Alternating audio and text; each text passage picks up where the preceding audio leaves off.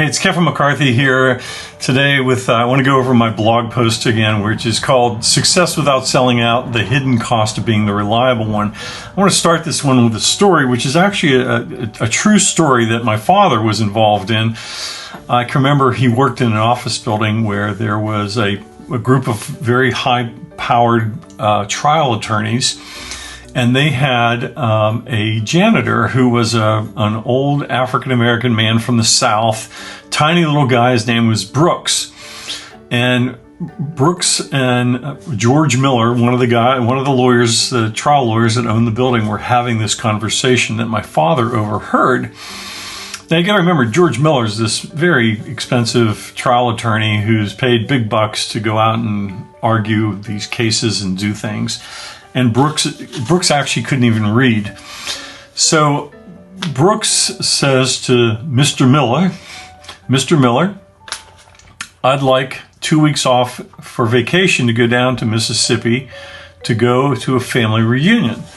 And Mr. Miller says to Brooks, Brooks, I can't let you off for 2 weeks. I mean, you just had a vacation for 2 weeks just a month ago. And, you're replaceable. In other words, you're the reliable one. We rely upon you. And so Brooks said to Mr. Miller, Mr. Miller, when President Kennedy was assassinated, they replaced him with President Johnson in about an hour. So surely you can replace a janitor for 2 weeks. With that, my father heard Mr. Miller say, Brooks, enjoy your vacation. So this is one of those aspects of this sort of the not being the reliable one. In other words, you are reliable, but you also understand that you are replaceable, that others can do the work that you think you can do. So Brooks didn't fall into the trap of thinking that he was indispensable. He knew better. And he wasn't about to fall into this bitterness that you can often run into, which is sort of that hidden cost of being the reliable one. Now, let's just sort of dig into this. As it says here in the summary, being the reliable one can quickly devolve into a selling out condition called bitterness. Beware of thin-skinned, testy, tough-hearted people. They're often former reliable ones who lost their way. The on-purpose approach shows reliable ones how to do their heart work and become tender-hearted and thick-skinned while being authentic to their high character traits of service and dependability. So the idea here is that it's awesome that you are often considered to be the reliable one, the person that everybody counts on. It's probably, maybe you're that brother or sister that your parents could turn to and know that something was going to happen. Perhaps coworkers turn to you and know that you're going to get things done. You may be the business owner who's constantly filling in the gaps whenever other people in the business aren't able to complete their work or get things done. But the downside of that sort of behavior is that if it continues to happen again and again and again, and more people begin to back off of their work, guess what? You become bitter about it. Now, that bitterness can take root, and it can actually sour relationships. It can have all sorts of negative consequences. And so what we want to do in this article is I want to explore a little bit more of the hidden cost of being the reliable one. Being known as the reliable one is a noble character quality and often a mark of success, as it says here. That is until it comes, until you cross into that mental pit called bitterness. You can see here in the image, here's a woman who's basically carrying the entire office on her shoulders. And she feels that she might have a little bit of a smile on her face because she somewhat delights in being the reliable one, the one who fills in the gaps, because there's a certain amount of almost ego involved where you're like, everybody relies upon me because I'm so trustworthy, I'm so dependable, I get things done. But then you end up in this game of almost putting down other people, and that's where it now takes over and can quickly devolve into this sort of bitterness.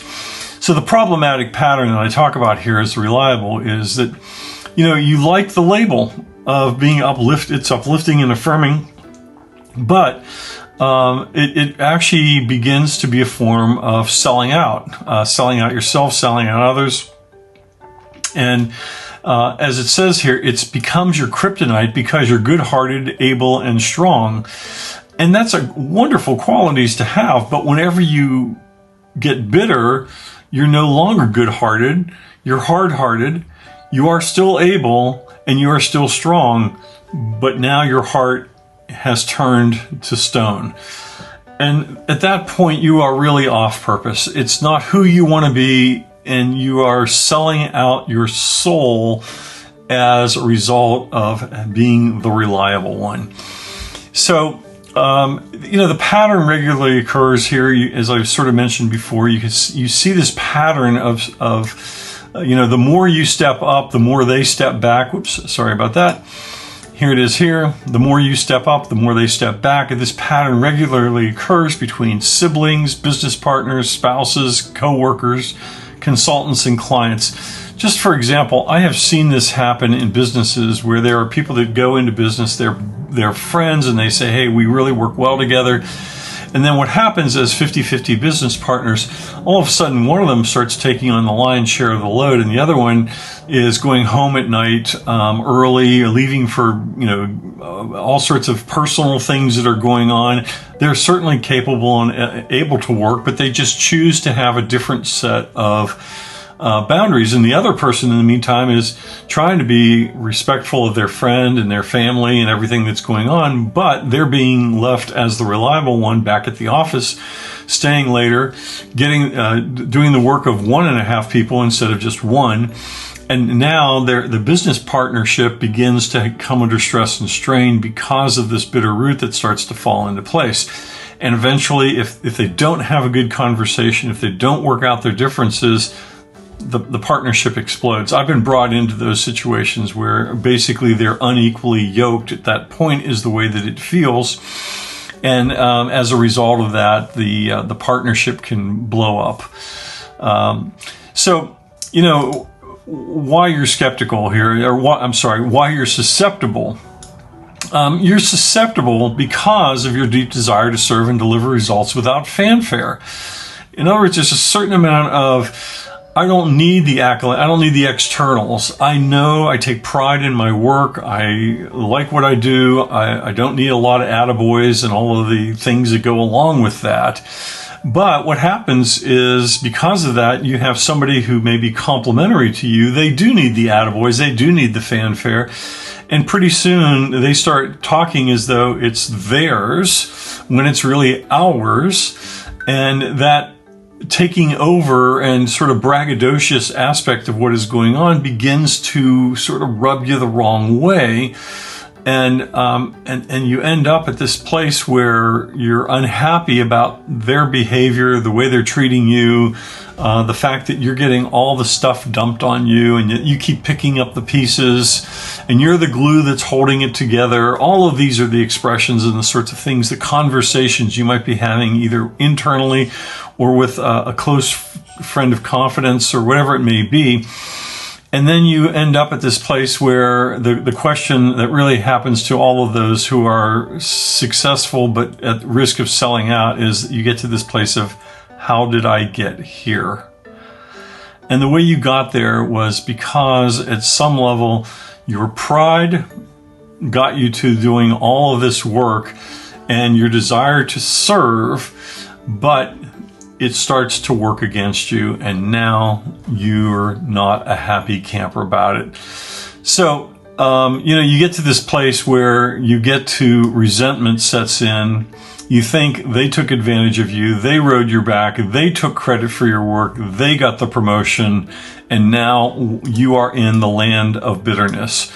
So that's the bad news. So the bad news is you're officially bitter, you're hurt, you're angry, you're possibly resentful. Hopefully you don't take what I'm going to call passive-aggressive behaviors or unsavory things that you're doing towards the other people that are involved, assuming that they also are good people. So the idea here is that it's been your need to feed your success identity. The one who gets stuff done drained your well-being. And this unbridled reliability may have built you a successful career, business, or relationships, but it came at the price of actually enjoying your accomplishments. And again, the accomplishments are a win in and of themselves. But whenever you find yourself becoming what I call here a doormat for the deadbeats, you now are in a place where it's like, I'm not happy about this. So the idea here is that the good news is that you can regain your dignity and your spark for life and for the relationships that you may be a part of. One, you've been able to recognize the symptom of selling out, and it's time to own it. Don't wallow in it. Because as it says right here, you did this to you. Swallow the bitter pill and let it pass through your system for what it is, which is psychological waste. So the way to reclaiming your joy is really important, because at some level what you want to do is you want to look, at basically understand that you have taken your strengths to the extreme to where it's now become a weakness. It's turned against you. Your efforts to change your habits, environment, and relationships haven't lasted. In other words, you've dropped little hints to people, hoping that they would pick up what's going on, as opposed to having the true heart-to-heart that you need to have about your feelings, about your bitterness, and where you are. And so a lot of times I find that people will they'll change careers, spouses, bosses, coworkers. They fall into the same selling out pattern of just saying they make wholesale changes. Like I said, the business partnership breaks up. There's a divorce that follows. They change jobs because they're ticked off at their coworkers. Maybe they get passed over for promotion. Because somebody else is talking a good game, but they're not playing the good game, or you're so good at your game that they don't want to promote you because you're keeping the whole department together. So, at some level, what I want you to do here when it says take heart, recovery isn't about becoming less reliable, service-minded, or kind-hearted, nor is it about doubling down, because becoming even more reliable to expose the other's deficiencies. That's actually sort of a sick game right there, where you just like, well, I'm just going to show them. I'm going to do even more work, and I'm going to get even more done. And that way everybody will recognize that I'm the one who's this, and it's this sense of self-importance that begins to creep in along with the bitterness. So as it says here, don't go there. To turn the bitter into better, focus on who you are and who you are becoming. Do you like who you are and who you are becoming in that? And if you look in the mirror and you say, I don't like being bitter, I can be better than this, then this is a chance for you to put your remarkable superpowers to work in making your own life make sense. So the help for your heart here we want to talk about is your outer work is merely a reflection of your inner work. When something is off in your outer life, the source of the problem is within. In other words, you recognize that I am the source of this problem. It is my way of interacting with the world. It is the way that I see myself that is causing the issue. So, again, I keep coming back to the core message of the on-purpose person. And that is, you get to this three-step guide for being on purpose, success without selling out. It really is so simple. You come back to your purpose, vision, mission, and values. You quickly articulate those, and then you begin to realign your life so you're on your purpose rather than off your purpose. So again, if you need to download that three-step guide, you can do it at my blog or in a link below. But I hope that this idea of being the reliable one doesn't weigh in. And one final story for you. My wife, Judith, when we got married, she very candidly told me up front, if you're going to love me, you have to thrive on a certain amount of neglect. She was basically saying, she's extraordinarily loyal and true and all of those sorts of things, but at some level she was admitting up front, I'm not the reliable one. And it was sort of a funny way of describing that, you can count on me, but don't count on me to take over everything that you want. In other words, she has really good boundaries. And I've always appreciated that about her. And she continually says that to our children and to me as well. And so hopefully that little story will help you or give you some words to say that, if you're going to love me, you're going to have to thrive on a certain amount of neglect. So this is Kevin McCarthy inviting you to be on purpose and not be a sellout.